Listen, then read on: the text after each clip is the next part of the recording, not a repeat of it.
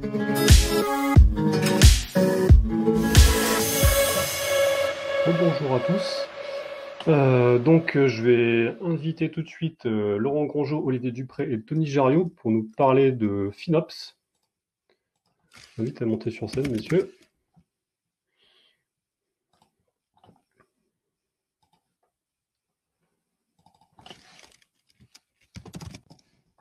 Salut.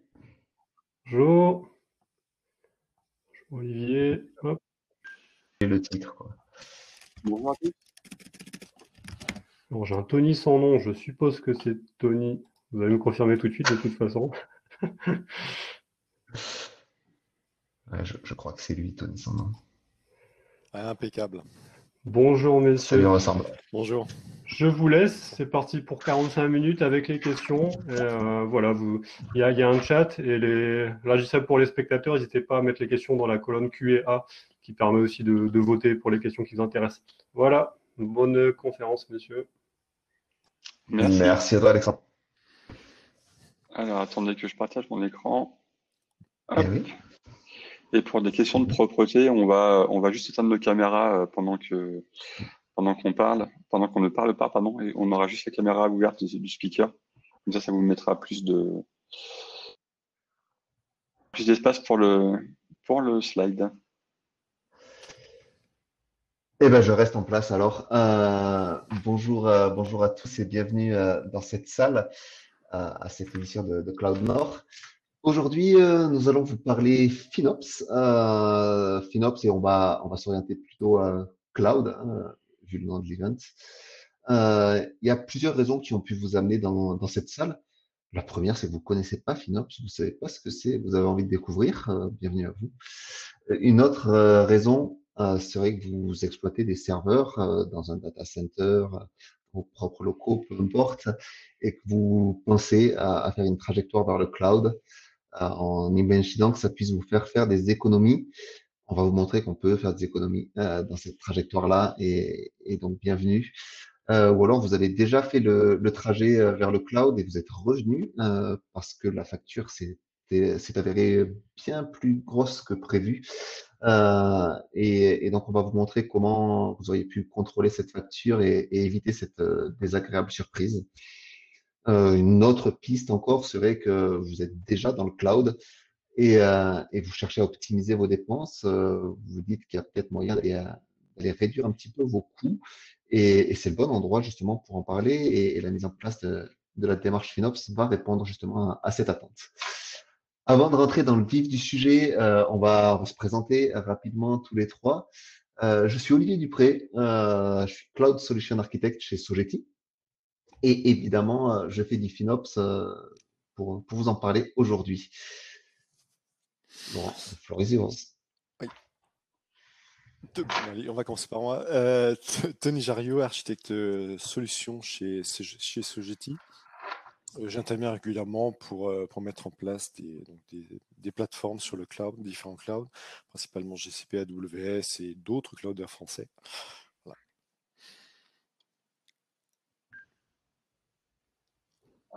Disons qu'il avait du mal à s'allumer, ma table. Donc, le troisième larron, il présente aussi un petit peu le sujet sur le FinOps.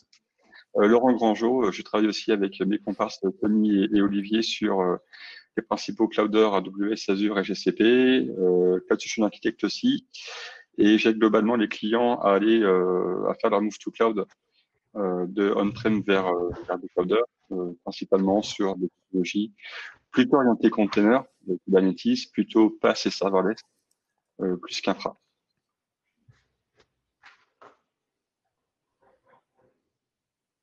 Ok. Ok, parfait.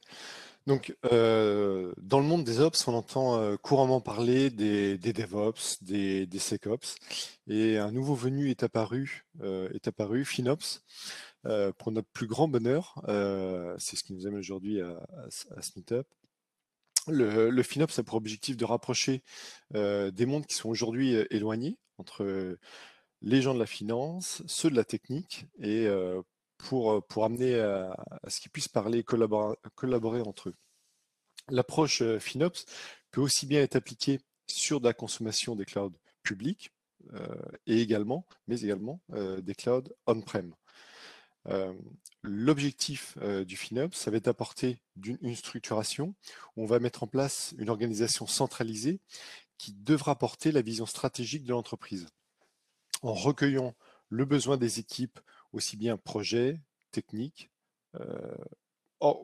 la vision orientée, la vision de l'entreprise, afin d'orienter les architectures sur les bons usages et les bons services en fonction de leurs besoins. Pour cela, l'équipe FinOps va mettre en place des tableaux d'aide à la décision, typiquement pour choisir quelle est la bonne base de données pour mon usage. Est-ce qu'on va prendre du SQL ou du DynamoDB? Donc du coup, on va les aider, on va les accompagner à faire ces bons choix avec les équipes d'architectes.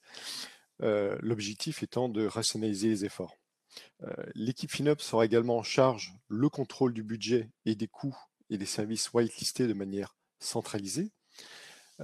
Et pour cela, ce comité FinOps va regrouper des acteurs de l'entreprise, qui soient au niveau financier, architecte, on va retrouver peut-être des chefs de projet, des ops, des devs, afin que conjointement, toutes ces ressources puissent étudier les évolutions de dépenses sur le cloud, ce qui peut amener à définir des plans d'action ou des études visant à optimiser les coûts du cloud tout en gardant de vue les objectifs de l'entreprise et tout en gardant également en objectif les contraintes de chacun des projets, sachant que chaque projet a sa spécificité. L'équipe FinOps challengera également les processus de consommation du cloud pour en relever également les coûts TCO, les coûts cachés, qui sont les TCO. Typiquement, lorsque on peut réaliser un déploiement manuel, l'objectif c'est d'automatiser, ce qui permet de gagner du temps sur les actions humaines et en plus apporter de la qualité, parce que ça veut dire que ce que l'on va déployer de façon automatisée, ça sera standardisé, que ce soit sur un environnement de dev ou un environnement de prod. Donc il n'y aura pas de surprise in fine. Pour veiller à la mise en place de ces bonnes pratiques, l'équipe FinOps va définir une politique de tagging sur les ressources que l'on va consommer et mettre en place dans le cloud, afin de permettre de définir des KPI, que ce soit aussi bien des KPI d'IT, mais également de suivi business, pour les besoins business, sur lesquels on pourra suivre aussi bien des consommations d'instances ou de ressources qu'on peut avoir sur le cloud, mais également apporter une vue financière par rapport à la stratégie de la dépense de l'entreprise, où on va avoir une vision, parce qu'on a mis en place du tagging, une vision de dépenses à l'entité, sur une ressource ou sur un projet, ou la vue projet. Et également, ça permettra de justifier également la mise en place de plans d'action en fonction de dérives constatées pour pouvoir optimiser ces dépenses. Laurent. Yes. Donc le partage. L'objectif de ce comité FinOps, c'est de faciliter la mise en place de partage entre les équipes, le partage de bonnes pratiques, en rationalisant les services, les services. Pour cela, on va factoriser les efforts de développement et faciliter en mettant en place, en partageant des assets, typiquement lorsqu'on va réaliser des déploiements de solutions sur le cloud pour un projet, très certainement qu'elles seront réutilisables pour d'autres projets. Du coup, l'objectif, c'est de mutualiser ces développements afin de partager ces bonnes pratiques et ainsi servir d'accélérateur pour les autres projets. Ce partage entre les équipes permet de simplifier le développement, sert d'accélérateur, ce qui permet d'être plus rapide, moins cher et en plus on gagne sur le TCO. Ces bonnes pratiques appliquées uniformément pourront l'être aussi bien sur la mise en place de templates communs, par exemple lorsqu'on va déployer une infrastructure as code. Si on est sur un use case AWS, on peut avoir 3 types de choix, que ce soit du Terraform, du CloudFormation, du CDK. L'idée, c'est que l'ensemble des acteurs d'entreprise qui vont travailler sur l'infrastructure as code puissent utiliser un langage unique et à partir duquel ils pourront partager et rationaliser leur développement. Du même principe, ou sur les langages, cette fois-ci, applicatifs. L'objectif, c'est de rationaliser également les langages. Si on part par exemple sur du front-end, aujourd'hui, en tout cas dans les plus couramment utilisés, on va avoir du Vue, du React, de l'Angular. L'idée, c'est que l'ensemble des équipes de développement puissent utiliser un langage au plus unique, permettant de mutualiser encore une fois les assets de l'entreprise. On peut retrouver également dans les exemples sur un développement back-end, on peut utiliser du Node.js car c'est un langage qui est couramment utilisé et pour lequel il est également plus facile de retrouver, de trouver des ressources de développement. Également sur l'esprit, toujours en gardant l'esprit de partage, il est nécessaire de prévoir des plans de formation, mais également d'assurer une veille auprès des équipes qui vont consommer le cloud pour continuer à challenger l'existant, les infrastructures existantes, mais aussi utiliser de nouveaux services que proposait le cloud en mettant en place des POC. Le challenge après à l'intérieur de l'entreprise, ça va être de trouver la disponibilité des ressources pour réaliser ces POC et l'investissement, il faut du temps et également ça engendre un coût de réaliser ces POC. Dans le partage des responsabilités, la démarche, dans une démarche FinOps, il y a une volonté de supprimer les coûts cachés. On ne doit pas oublier le coût des opérations en monitorant des coûts qui sont délégués au niveau des projets, ce qui permettra de responsabiliser chacune des équipes pour nous permettre de ne pas consommer sans savoir et donc réfléchir avant de choisir d'utiliser les différents services. Ça permettra d'aider à réaliser le bon arbitrage basé sur des critères qui sont factuels. Typiquement, lorsqu'on définit une architecture où on prévoit que dans 2-3 ans, on va avoir 20 millions d'utilisateurs, ce que je vous souhaite, peut-être que dans les premières années, on n'aura peut-être que quelques milliers d'utilisateurs. Du coup, il faut penser à sizer l'architecture pour répondre aux justes besoins et à un besoin réaliste. Commençons par mettre en place une architecture pendant le premier use case court terme et on fera évoluer en fonction de l'actualité et l'activité du site, on pourra faire évoluer l'architecture pour répondre à ces besoins. Pour ça, on mettra en place un reporting qui permettra de challenger le design de l'architecture en se basant sur 4 critères, sur la fiabilité de l'architecture attendue, l'impact sur le business demandé par les engagement managers, la résilience attendue sur l'application et également se baser sur les coûts, le capacity planning réalisé pour mettre en place cette architecture. Pour cela, on doit savoir dimensionner l'architecture pour permettre qu'elle puisse s'adapter aux réels besoins de l'application à un instant T. La notion de fourniture à service permet de souscrire uniquement à ce dont on a besoin en sizant les architectures à la plus petite taille et au plus petit nombre. À l'opposé, le Gartner nous indique que sur des demandes de changement qu'on peut réaliser sur les infrastructures on-prem, statistiquement, une demande de changement est réalisée au bout de 6 semaines. Là où sur le cloud, on souhaite plus de réactivité, quasiment de l'immédiateté, parce qu'on consomme des services en temps réel, et ainsi limiter l'oversizing de nos architectures. Pour réaliser ce travail, il est possible de nous baser sur les outils fournis par les providers. Typiquement, chez Azure, on va retrouver Cloud Explorer, Budget. Chez AWS, on peut retrouver Cloud Cost Advisor. Mais il est également possible de se baser sur des outils tiers. Il en existe un grand nombre aujourd'hui sur le marché. Parmi les plus connus, qui sont utilisables aussi bien pour répondre à des besoins FinOps, on-prem ou sur le cloud public, on va retrouver Apptio qui offre une vue orientée business projet et qui peut, au travers de ces différents modules, automatiser le resizing à la volée des instances du compute en se basant sur l'historique du projet. Ça, c'est une vraie valeur ajoutée de la solution.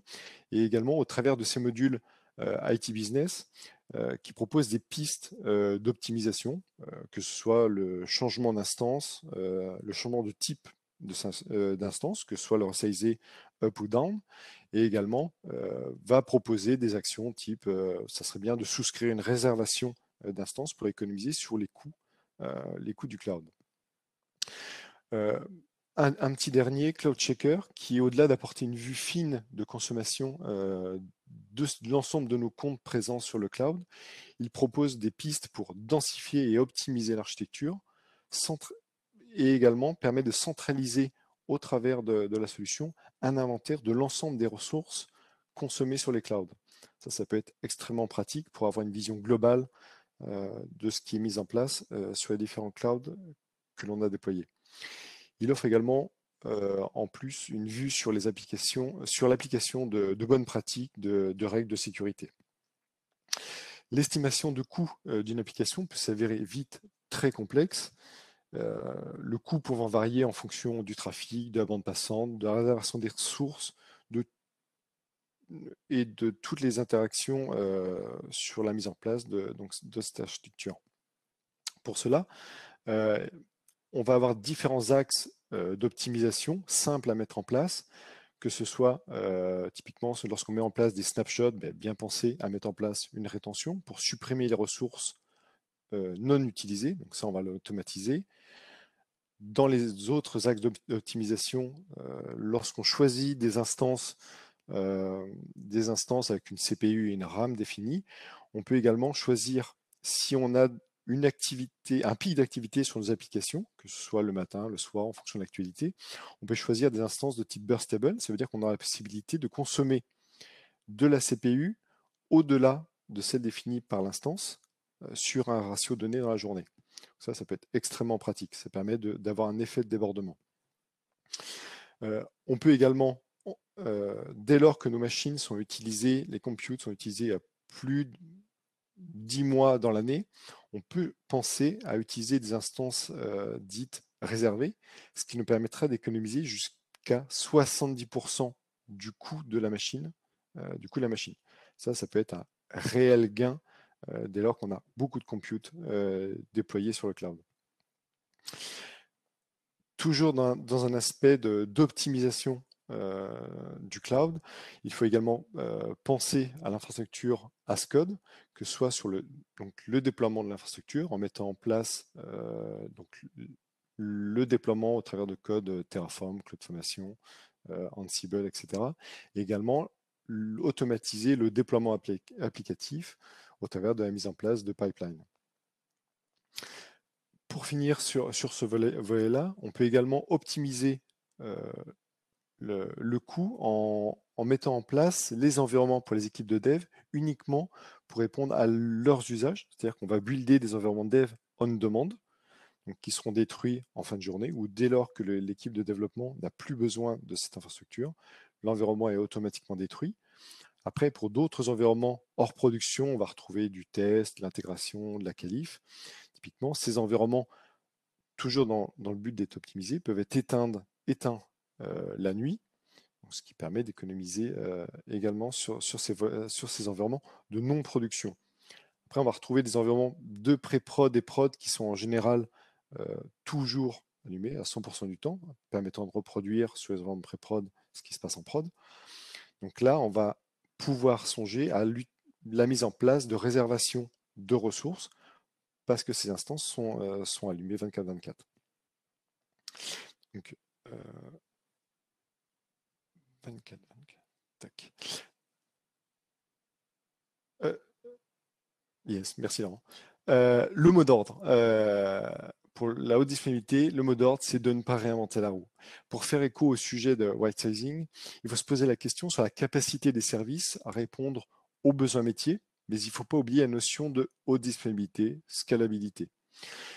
Car on ne souhaite pas être appelé pour nous dire que l'application n'est plus disponible. Dès lors que le cloud nous offre tellement d'outils pour répondre à ces besoins. Et c'est pour ça que là où on peut avoir l'habitude sur des infrastructures on-prem, typiquement pour mettre en place haute disponibilité, de mettre en place des solutions de proxy qui vont faire du load balancing. Si on fait le parallèle sur le cloud, dès lors qu'on va mettre en place, par exemple, nous-mêmes le proxy sur un compute déployé sur plusieurs AZ, par exemple 3, ça nous coûterait globalement dans les $550 par an. $500 par an.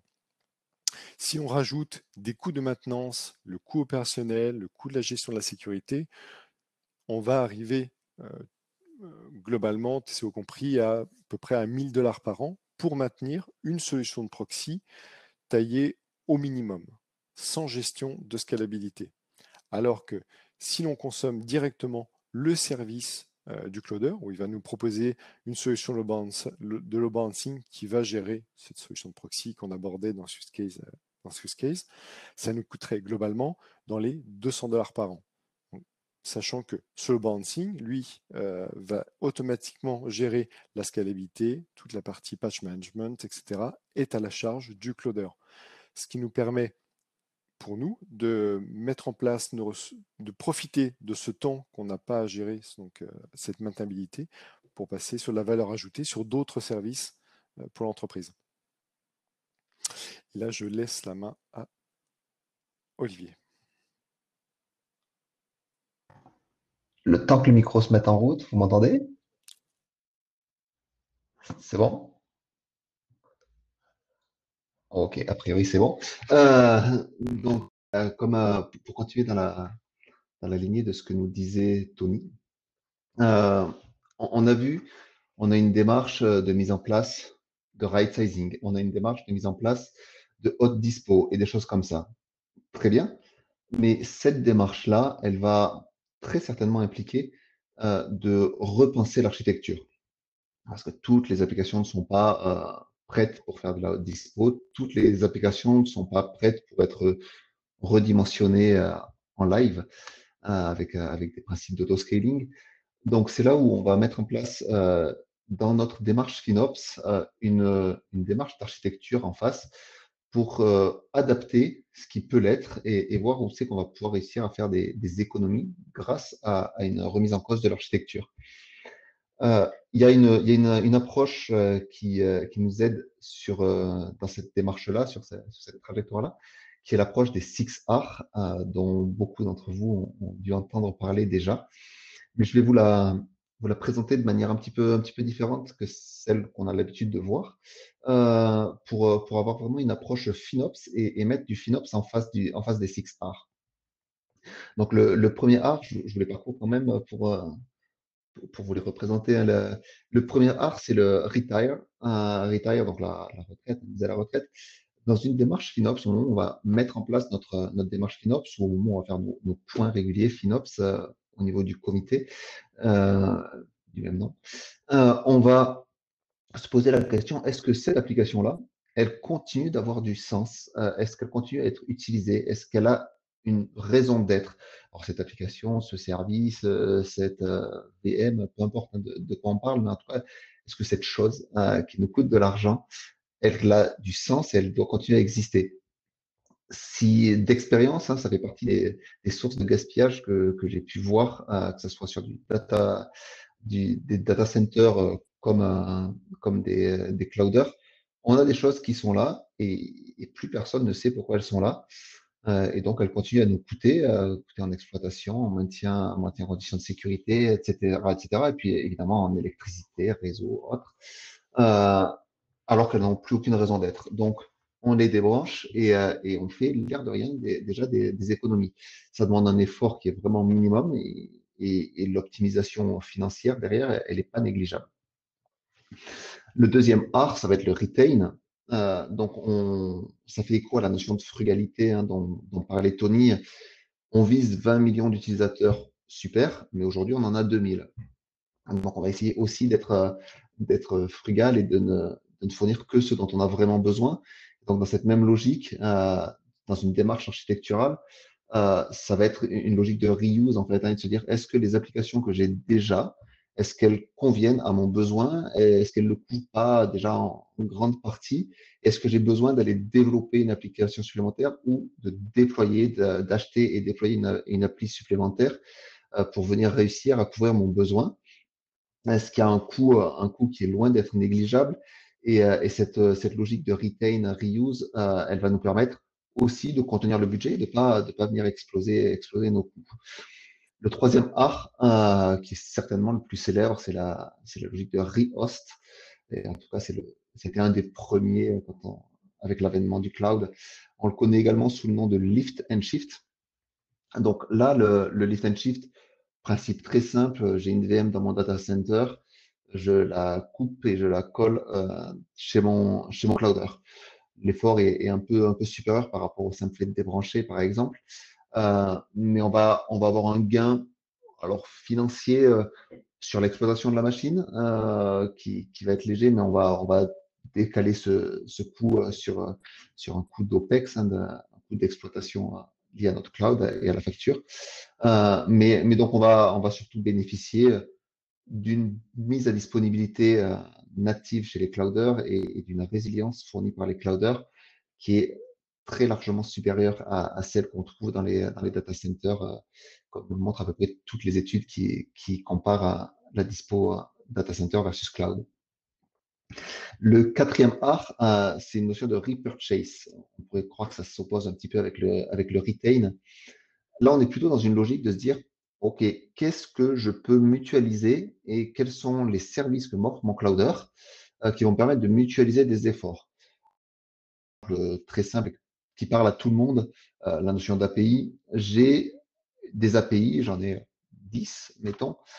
J'ai 10 API qui sont déployés dans mes 10 VM. Là, j'ai fait mon lift and shift. Est-ce que à ce moment-là, je ne peux pas me dire, je déporte mes API sur un API manager et la plupart des clouders, et en tout cas les 3 clouders américains qu'on connaît tous, en proposent des API managers qui vont nous permettre de mutualiser notre authentification, notre gestion d'accès et des choses comme ça. Donc, on va déjà totalement offloader cette partie-là. On va s'en débarrasser. On n'a plus besoin de la gérer au niveau de nos API. Et donc, c'est une charge, que ce soit une charge de dev quand on le met en œuvre, tout comme une charge ensuite d'exploitation qui vont être réduites. Et donc, ça va participer à réduire notre TCO. En soi, le coût d'exploitation et d'usage des VM n'a pas changé. Par contre, on a réduit le coût d'exploitation et de maintenance parce que on est en SSL V2, puis on est arrivé à V3, puis les TLS, etc. Ça, c'est déjà porté par mon API manager et donc j'ai pas besoin de mettre à jour mes applicatifs pour répondre à ces évolutions. Donc, on a une vraie réduction du coût, d'où l'intérêt de monitorer le TCO et pas juste le coût d'exploitation individuellement, pris individuellement avec le coût de nos machines. Le cinquième art, ça va être le replatform. Replatform, il est assez proche du rehost et on retrouve d'ailleurs dans le nom un autre nom qu'on lui donne, c'est le lift, think and shift. Donc lift, think and shift, c'est dans notre logique de lift and shift, là où on prend depuis le data center et on le pose sur le cloud. Entre les deux, on se pose la question, est-ce que je peux faire des modifications qui vont avoir du sens et qui vont m'apporter une vraie valeur ajoutée? Par exemple, mon application, je reprends mes API là qui sont Python ou Node par exemple. OK, est-ce que ça a du sens, plutôt que de les faire tourner individuellement sur leur machine, de les mettre dans des conteneurs pour aller les poser sur un Kubernetes managé qui va donc me permettre de maximiser l'utilisation de mes ressources et donc de venir bénéficier des atouts de mon Kubernetes et de tout ce que ça traîne par derrière, mais on va en reparler. Euh, ou pas. Et donc, c'est dans cette logique-là de replatform, on va se poser ces questions-là qui nous permettront potentiellement de venir augmenter encore notre réduction de coût. Et le dernier A, on l'appelle indifféremment un refactor ou re-architect, et ce nom est assez bien porté. On va venir complètement rebeloter l'architecture applicative. C'est évidemment là où on aura le plus de dépenses parce que c'est l'opération la plus lourde à faire. Et en contrepartie, c'est aussi là où on aura le plus gros gain et les plus grosses économies. L'exemple le plus frappant, le plus évident, j'ai envie de dire, c'est d'avoir un gros monolithe, une grosse application monolithique et de se dire, OK, c'est peut-être le bon moment dans ma démarche FinOps de venir exploser ce monolithe-là pour le séparer en microservices qui vont me permettre d'isoler mes endpoints REST qui n'ont pas besoin de scaler énormément et que je peux mettre dans mon API Manager. Et derrière ma partie service, tous mes services ne sont pas égaux et certains vont avoir besoin de plus scaler que d'autres. Donc, au lieu de réserver des machines qui sont capables d'absorber la charge maximale pour l'ensemble de tous les services, je vais pouvoir dimensionner individuellement chaque service et donc réduire le coût global d'exploitation de mon ex-monolithe. Dans cette démarche, je vous ai dit, typiquement, voilà, on a un monolithe qu'on expose en microservices et qu'on peut venir déployer sur du Kubernetes. Alors, les microservices, c'est très bien, mais attention à ne pas tomber dans l'excès non plus. Certains l'ont eu fait. J'ai un monolithe et je vais l'exploser vraiment en tout petits morceaux. Certains d'entre vous ont probablement déjà vu cette image qui place sur deux cercles là. D'un côté, les microservices de Netflix et de l'autre côté, les microservices d'Amazon et qui montre les liens qu'il y a entre tous les services. Et en l'occurrence, ce sont des centaines et des centaines de microservices pour chacune de ces deux plateformes. Et donc un mesh entre les deux qui est énorme. On n'est pas tous avec les capacités financières, opérationnelles de ces deux-là. Et donc, il faut aussi dimensionner nos services, nos microservices, en fonction de notre capacité à les gérer. Et c'est une des questions qu'on doit se poser dans notre comité FinOps, de se dire à quel point, quel est le niveau de granularité que je veux obtenir. On ne va pas penser de manière individuelle, mais on va penser aussi de manière architecture d'entreprise, à dire, OK, quels sont les microservices qui peuvent être réutilisés, où c'est que je vais avoir du sens dans la réutilisation, et comment je vais réussir à maintenir tout ça, faire des microservices pour avoir l'utilisation minimale de ressources en ayant une utilisation qui est augmentée, un besoin d'ingénierie augmenté pour réussir à comprendre comment ils s'articulent, etc. Et pour réussir à les maintenir tous, c'est contre-productif et ça augmente sensiblement le TCO. Donc, il faut trouver le bon équilibre entre les deux pour maximiser nos gains. Et c'est une vraie question à se poser pendant les comités FinOps. Et ces microservices, donc, une des plateformes sur lesquelles on va pouvoir les faire atterrir, c'est du Kube. Je vous l'ai évoqué très rapidement. La plupart des clouders proposent de faire du Kubernetes as a service. Donc, dans cette démarche de re-architecte, dans notre trajectoire FinOps, on va pouvoir venir utiliser du Kubernetes dans une logique où j'avais mon appli qui était Node.js, là, je la package, je la pose sur un cube et je vais simplement maximiser les ressources de ma VM, maximiser l'utilisation, des ressources de ma VM. C'est une des trajectoires qui va vraiment me permettre. Kubernetes, c'est à la VM ce que la VM était au bare metal. C'est-à-dire qu'on va venir densifier l'utilisation des ressources. Et simplement, c'est inhérent au container. Je ne déploie plus les OS, donc je vais juste multiplier le nombre d'applicatifs que je suis capable de faire tourner de manière isolée sur mes différentes VM et sur mes différents nœuds Kubernetes. Et en plus, Kubernetes va nous apporter, dans notre logique de microservices, un support de facto sur la scalabilité, puisque les déploiements Kubernetes nous permettent justement très facilement de venir ajouter de l'auto-scaling et qui va être géré entièrement délégué à la main de Kubernetes. Donc, on va bénéficier de cette partie-là. Mes services sont sizés au plus proche du besoin et ne sont pas sizés pour mes 20 millions d'utilisateurs que j'ai en cible, mais pour mes 2 millions d'utilisateurs que j'ai en réel. Donc, ça va être un vrai atout qu'on va apporter là. Et je propose à Laurent de faire une petite démo autour de ça. Laurent, si tu veux. Le temps que mon micro arrive et ma caméra aussi, nickel. Du coup, effectivement, Olivier vous a parlé de pas mal de choses, de découpage en termes d'architecture. J'ai vu sur le chat qu'il y avait un retour d'expérience qui s'était mal passé sur les microservices. Il faut vraiment analyser le besoin par rapport analyser l'architecture par rapport aux besoins. Effectivement, si la seule raison aujourd'hui pour moi de faire des microservices, c'est un besoin de scalabilité horizontale pour pouvoir supporter une charge qui peut être des fois un peu faramineuse.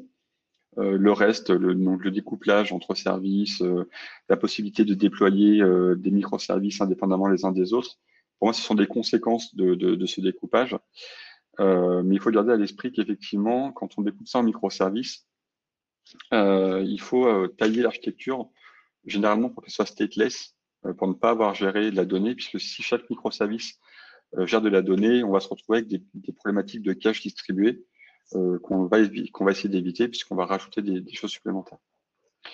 Ce que je vous propose dans cette démo-là, c'est d'utiliser une application qui s'appelle PetClinic, qui est assez connue des javaïstes, puisque c'est l'application un petit peu démo de Spring.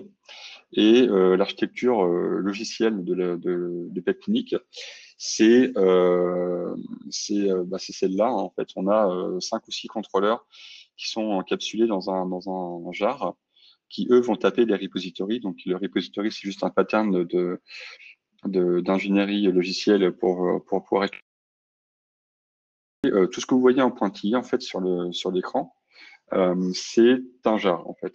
Et vous voyez que dans ce jar, on a tout ce qui est gestion de données et tout ce qui est contrôleur. Si on va s'amuser à éclater ça en microservices, c'est-à-dire, imaginons la première approche, ça serait de conteneuriser ce jar-là pour le déployer sur Kubernetes, on va avoir des problématiques effectivement de stateful, de gestion de la donnée. Et du coup, on va se retrouver à avoir des caches distribuées entre les repositories et la database. On va avoir des hazelnuts ou des choses comme ça pour que chacun puisse avoir la donnée dans le cas de la scalabilité horizontale.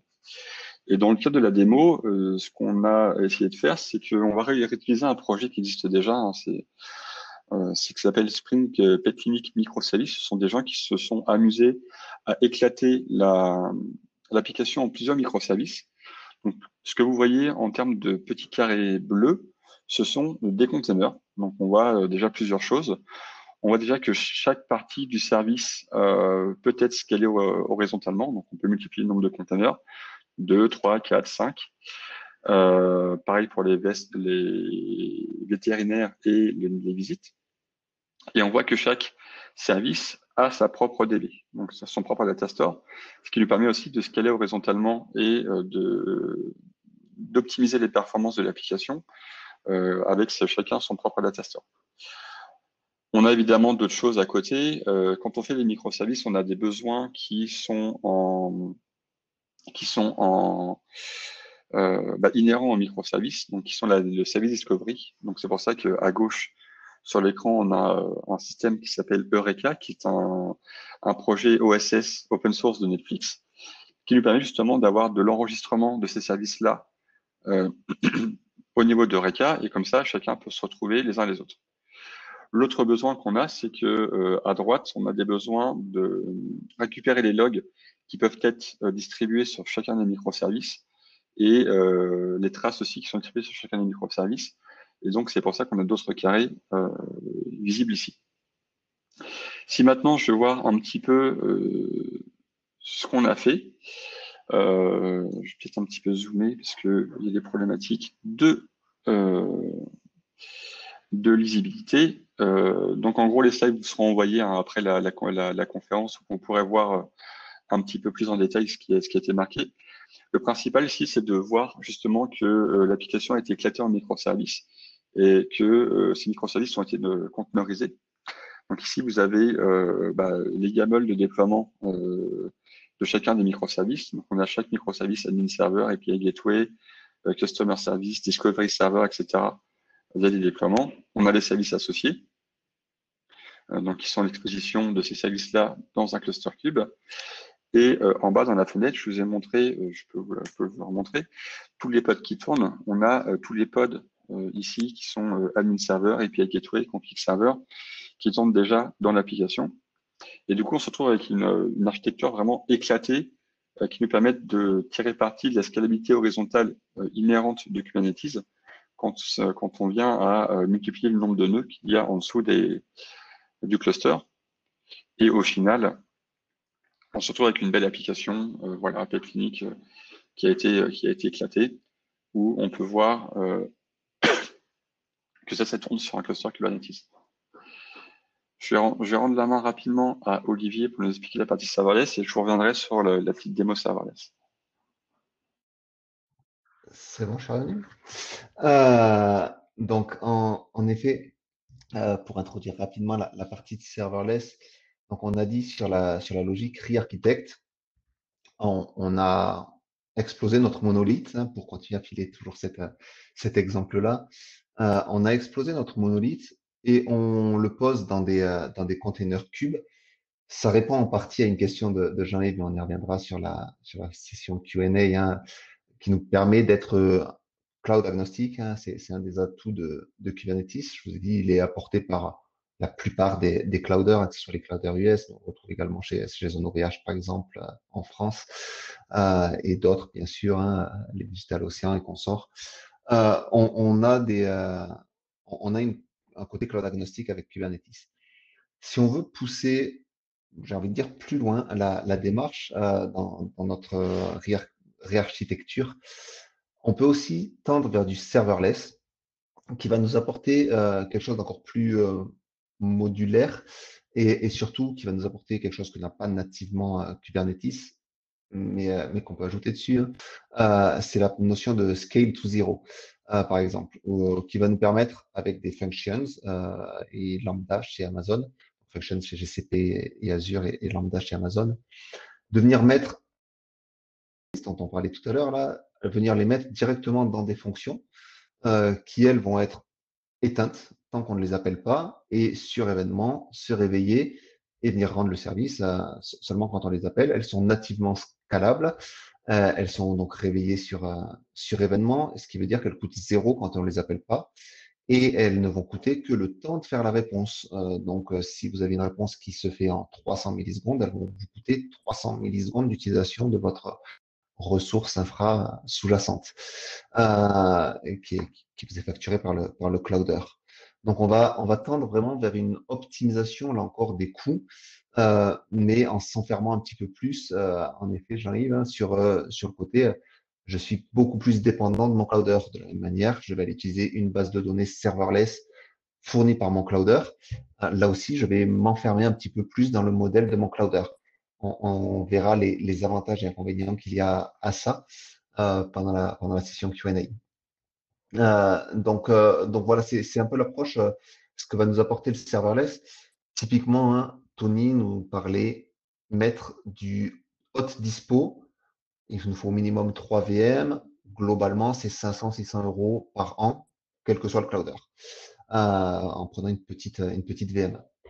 Si vous voulez déployer votre application Node.js, que ce soit dans du Lambda ou du Functions, donc, ou que ce soit sur votre API Manager, vous allez avoir en général à peu près 1 million d'appels gratuits par mois sur l'ensemble de votre organisation.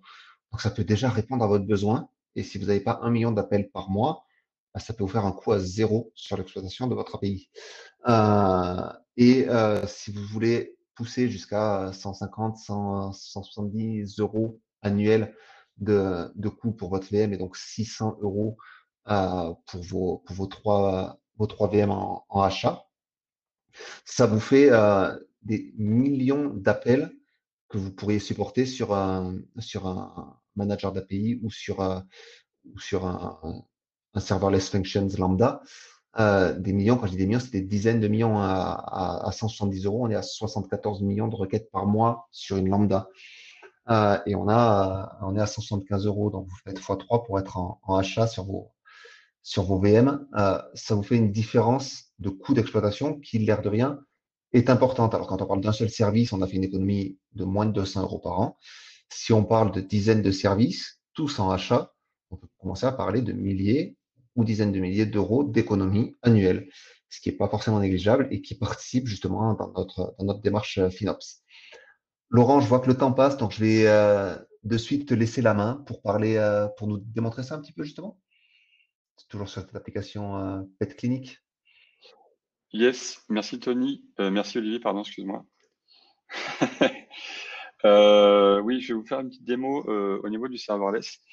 Juste pour vous donner un petit peu de chiffres, tout à l'heure j'ai oublié sur comment on peut économiser sur les clusters cubes.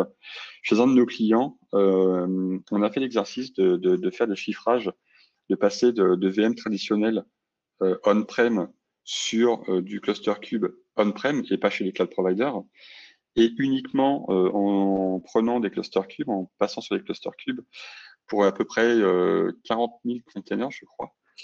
On est passé de quelques dizaines de millions d'euros par an à 2 millions d'euros par an. On avait une économie de 75% avec le même taux de performance en uniquement passant sur un cluster cube, juste sur des coûts d'infra, et aussi, non, pas que sur les coûts d'infra, on parle de TCO là, en prenant en compte les coûts de licence OpenShift qui sont non négligeables. On avait quand même 75% de réduction de coûts. Si on revient sur la partie serverless, même principe, là je me suis amusé un petit peu à re-réfléchir à l'architecture de spec clinique en éclatant encore plus les différents contrôleurs. Et donc là, le principe, c'est de dire qu'on a déjà séparé la partie front et la partie back. La partie front étant codée en Angular, étant compilée en statique. La partie back étant codée en Azure Function, avec un API management devant et relié à une base de données MySQL. Si on regarde un petit peu les coûts engendrés, pour la partie API Function, on est environ à peu près sur les 50 € par mois. Sur la partie MySQL, on est à peu près à 120 € par mois. Donc on voit que la partie data, c'est quand même un poste de dépense qui est quand même assez important. Par contre, sur la partie stockage, là, on est à peu près sur du 2 centimes le giga par mois, sachant que mon site web statique compilé en statique ne fait pas de 1 giga. On est à peu près à 2 centimes de prix par mois. Et pour les sceptiques qui se diraient que un Azure Storage, ça tient pas le coup, pour chaque storage account sur Azure, on a à peu près, on peut à peu près soutenir 20 000 requêtes par seconde sur un simple storage account. Ça, c'est la limite haute de base d'Azure, sachant que si on fait une demande au niveau du ticketing, on peut faire exploser ce seuil-là et on peut aller beaucoup plus haut. Moi, je sais pas, je connais pas aujourd'hui d'infrastructures web qui permettent d'avoir ce tel niveau de requête par seconde à un prix défiant toute concurrence. 2 centimes par mois, c'est quand même quelque chose de très négligeable. Et du coup, si on retourne voir mon application Pet Clinic, donc on a mon application qui a été compilée en statique en AngularJS, effectivement. Donc là, vous voyez tous les assets en AngularJS qui a été déployé sur un endpoint Azure pour le coup. Ça, c'est pour la partie front. Et pour la partie back, vous voyez que on a des API qui ont été éclatés, qui, elles, permettent d'être déployées directement sur les fonctions. Et ça donne quoi en réalité?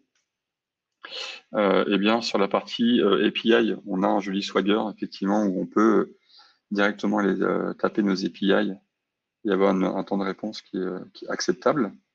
Voilà, donc on a nos différents clients de Pet Clinic. Et la partie Angular, voilà, on se retrouve avec une page web qui fait tout à fait l'affaire, avec des temps de réponse qui sont très rapides. Après, je peux cliquer partout. L'avantage de cette architecture-là, c'est que tout traitement est fait côté browser client et pas fait côté serveur dans le cloud. Et donc, du coup, on économise énormément de temps de traitement puisqu'on n'a plus besoin d'avoir un pool de serveurs qui s'auto-scale par rapport à des besoins, puisque tout est fait côté client. Et c'est le gros avantage d'AngularJS via des API, puisque le traitement Angular est fait côté web. On n'a que la partie API qui est hébergée sur le cloud et qui elle fait le traitement. Alors pour information, je sais que côté AWS, ça existe depuis longtemps avec Aurora Serverless, mais côté Azure, ça arrive en preview. On va avoir du SQL Server qui est natif serverless, où on ne va payer que le coût de compute de la base de données MySQL et non pas le coût total du serveur up and running 24/7. C'est-à-dire que si l'application est sollicitée beaucoup moins la nuit, on va payer beaucoup moins la nuit, ce qui revient à peu près à ce qu'on disait tout à l'heure, éteindre des environnements dont on n'a pas besoin. Et c'est là l'une des grosses forces du serverless avec le Scale to Zero. On arrive à la fin de la présentation. On va pouvoir passer au Q&A. Les key takeaways que je voulais vous dire aujourd'hui, c'est on a 4 grands points. Le premier point, c'est qu'effectivement, c'est un petit peu logique et normal, mais c'est pas fait chez tout le monde. C'est de structurer l'organisation de l'entreprise pour des besoins FinOps, et donc du coup de mettre en place des comités de suivi de la consommation cloud et de faire ça assez régulièrement. Par exemple, toutes les semaines, on va voir tous les besoins ou non des nouvelles architectures, des besoins des retailers, des retail, comme disait tout à l'heure Olivier. Donc voir si effectivement on ne peut pas optimiser des coûts par rapport à des réarchitectures ou des besoins de décommissionnement d'infrastructures. Le deuxième point, c'est toujours challenger l'architecture, vraiment répondre aux besoins le plus proches, pas sur-ingénierer, typiquement pas prendre absolument tout n'importe quoi, on va dire faire du Kubernetes, du microservice avec des architectures comme ça, puis si le besoin n'est pas là. Mais vraiment faire la balance entre les cloud native architectures, donc potentiellement serverless, versus les architectures 3/3 qu'on a l'habitude d'avoir depuis plus de 40 ans et qu'on sait très bien gérer. Le troisième point, c'est de vraiment consommer les services appropriés au niveau des clouders. Donc vraiment faire gagner du temps en mise en œuvre, c'est-à-dire si on fait de l'infrastructure as code, du DevOps, du FinOps par extension, on fait gagner du temps de déploiement, du temps de build, mais aussi du temps de MCO, donc du MCO, du maintien en condition opérationnelle, puisque plus on va aller sur des couches hautes, type PaaS, CaaS ou serverless, moins on va avoir de besoin d'Ops. Il y a beaucoup de gens qui pensent au mouvement NoOps, pardon. Moi, je suis pas très fan de ça, puisque l'Ops se transforme, le métier de l'Ops se transforme. On a toujours besoin de lui, mais sur des couches à plus forte valeur ajoutée. Typiquement, le PaaS offre nativement du disaster recovery, du backup restore. On n'a pas besoin de mettre ça en place. On peut optimiser sur des coûts de licence et des coûts d'infrastructure par rapport à du Vim ou par rapport à des choses qui viennent un petit peu différemment. Le dernier point, c'est monitorer le TCO. Une phrase que j'ai l'habitude de dire, c'est on ne peut pas améliorer ce qu'on ne peut pas mesurer. Donc effectivement, monitorer toutes les infrastructures, les applications, les performances, les logs, les traces, tout ce que l'on peut mesurer pour pouvoir justement optimiser ses coûts. Mais au-delà des coûts de run, aussi monitorer les coûts de build, donc les coûts qu'engendre le fait de développer l'application avec telle ou telle techno, mais aussi les coûts RH, donc les coûts qu'engendre avoir des développeurs, des ops, des technologies qui sont peut-être à la marge. Je pense typiquement à tout ce qui est mainframe. Ça coûte cher. Les ressources se font de plus en plus rares, donc de plus en plus chères. Et passer sur l'X86 et du cloud, des ressources, ça coûte aussi cher, mais sont plus présentes. Et le dernier point que je trouve important, c'est aussi les coûts de sécurité. Parce que généralement, on met la sécurité à la fin, en bout de chaîne, puisque la sécurité, c'est, on va dire, avant, on avait une sécurité périmétrique, maintenant, on a une sécurité par application. Donc, on va remettre la sécurité au sein vraiment de l'application. C'est pour ça qu'on a des tendances DevSecOps qui sont de plus en plus présentes. Il nous reste assez peu de temps. Alors, merci beaucoup, Laurent. Pardon. Merci à vous. Il nous reste un petit peu de temps pour répondre aux questions-réponses. C'est ça. J'ai envie de faire déjà écho à ce que dit Alexandre sur le chat principal. Pensez au feedback, on est très preneur. Et on va essayer de parcourir les questions, peut-être par ordre de vote. Et je vois que celle de Jean-Pierre a reçu pas mal de support. Quelles sont les principales sources de gaspillage que vous avez identifiées chez vos clients? Je commence à prendre le point et si vous voulez rajouter Tony Laurent, hein, mais je pense déjà celle dont on parlait Laurent sur l'optimisation cube, mais j'ai vu des déploiements de Jenkins et d'OpenShift sur une infra Azure qui nous permettait déjà d'avoir le Kubernetes, puisqu'on ne sait vraiment que la partie cube d'OpenShift et la partie pipeline d'Azure. Peut-être en termes de TCO, le déploiement du Jenkins en plus, avec le déploiement de toutes les fonctions qu'il y avait dedans, on partait de rien, et le déploiement de l'OpenShift, on n'est peut-être pas forcément sur la version la plus optimisée en termes de dépenses, et je pense qu'on a un beau gaspillage là, de ce côté-là. Voilà, c'est un des exemples. Je pourrais citer un exemple d'environnement de dev qui sont jamais éteints la nuit. Il n'y a pas de mise en place d'auto-shutdown la nuit. Et donc, on est sur des coûts prohibitifs de dev, là où on pourrait les limiter à 10 heures par jour, 5 jours par semaine. Moi, vas-y, Laurent.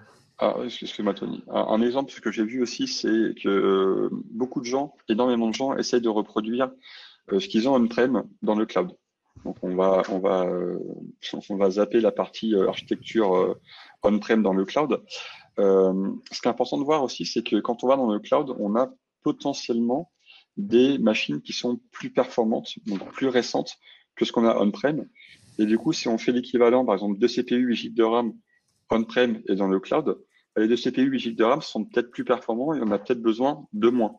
Donc, de baisser de 2 CPU qui est 4 GB de RAM ou en CPU 4 GB de RAM, et on aura à peu près la même performance. Alors ça, malheureusement, c'est pour les termes de performance, ça va être de manière empirique.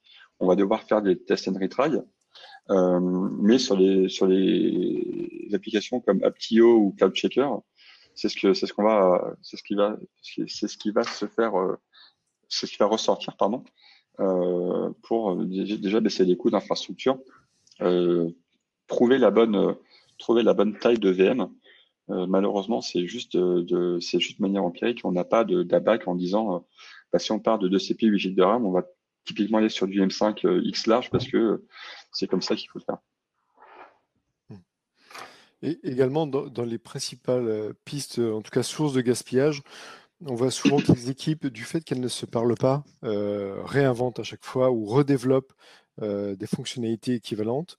C'est ce que j'évoquais lors de la presse, c'est qu'il faut bien penser à faire de la réutilisation des assets existants, ce qui permettra d'économiser un effort de guerre énorme pour les équipes de développement ou d'infrastructure et sera un réel accélérateur pour les projets. Après, dans les pistes d'optimisation, mais Olivier et Laurent ont déjà abordé le sujet, c'est effectivement la possibilité de réserver des ressources des machines, du compute, dès lors que vos machines sont up 24/24, ça vous fera encore une fois réduire sensiblement le coût de votre facture cloud. Sans aucun doute. Alors, on va devoir Alexandre, ouais. peut-être une dernière question rapidement, puis après on conclut avec ça. Merci beaucoup. Alors, si on en prend une dernière, merci Alexandre. Comment contrebalance-t-on l'aspect optimisation des clouds par le FinOps en utilisant des solutions cloud provider sans s'enfermer dans du vendor lock-in, du cloud spécifique? Moi, je suis assez tranché là-dessus. Les clouders nous offrent des outils qui nous permettent de déployer beaucoup plus rapidement et faire du sur-engineering pour se dire, et si un jour, dans 2 ans, 5 ans, 10 ans, je voulais changer de clouder, qu'est-ce qu'il faudrait que je mette en œuvre? C'est un peu ce que disait Tony sur la frugalité. Si vous n'avez pas 20 millions d'utilisateurs, déployez pas pour 20 millions d'utilisateurs. De la même manière, si vous n'avez pas besoin d'être multi-cloud, si vous n'avez pas besoin d'être isolé, machin, pour une raison X ou Y, est-ce que ça vaut vraiment le coup d'aller payer 3 fois le prix ou 4 fois le prix de développement pour être prêt à passer d'un cloud à l'autre, alors que vous avez tous les outils sous la main et que ça répond à votre besoin? C'est ça qui participe au TCO. Tout en sachant que dès lors que vous faites un choix, le cloudeur, c'est un choix, comme vous pourrez faire le même choix de base de données. Ça veut dire que si on fait le choix d'aller sur un cloud, de toute façon, passer d'un cloud A vers un cloud B, ça va nécessiter du temps, beaucoup d'énergie, beaucoup de manpower, et ça va coûter, in fine en tout cas, ça coûtera forcément de l'argent. Et à un moment donné, il faut forcément faire un choix. Comme vous pouvez faire un choix de type de base de données, par exemple Oracle, vous avez fait ce choix d'être loqué avec Oracle. Bon, après, si vous investissez, vous pouvez changer de type de base de données. C'est le même principe ici sur le cloud. L'avantage, encore une fois, de faire d'un choix cloud, c'est vous allez utiliser tous les services du cloud pour optimiser toute votre application, votre architecture, vos coûts.